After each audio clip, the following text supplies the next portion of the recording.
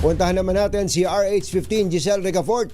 Hindi pa raw po nagpapatupad ng maximum SRP sa Pasay. Aba, bakit? Bakit? Alamin natin ang balita mula kay Giselle Ricafort. Coming, Giselle! Jerry, katunying ilang rice retailer dito sa Pasay City Public Market ang hindi nagpapatupad ng 58 kada kilo. Aba, matitigas ang mga yan, ha? Imported. Matitigas, ha?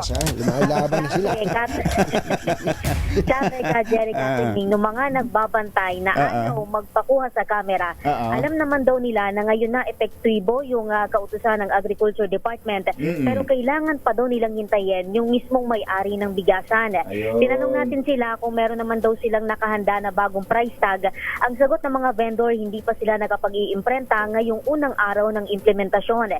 Ilang bigasan naman yung nagpapatupad na ng todong SRP sa imported, pero ang problema raw napupunta lang din yung 3 piso nilang tubo sa pagbili ng plastic at bayad sa kani-kanilang mga tauhan.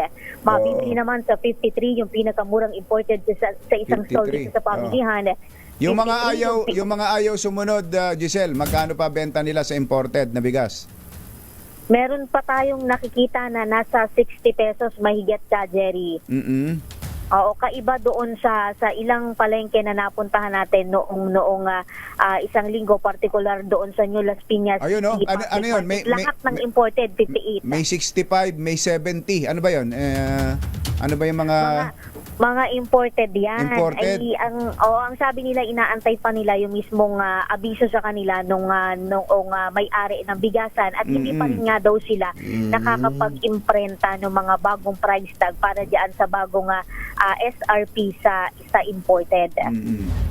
Oo, may yung ilang retailers dito, Jerry, tumigil namang magbenta doon sa 42 pesos na kada kilo dahil inaayawan naman daw yan ng mga consumer nila dahil sa madilaw at maamoy daw pangit yung kalidad. Pero merong isang stall dito na mumukod tangi, nagbebenta ng 42 pesos. Broken na bigas yan, particular yung laon. Pero lahat daw ng suki nila sa ganitong presyuhan, pinapakain lamang sa mga alaga nilang hayop, kagaya ng aso. Ito si Giselle Ricafort para sa DZRH na sa Pilipinas, una sa Pilipino.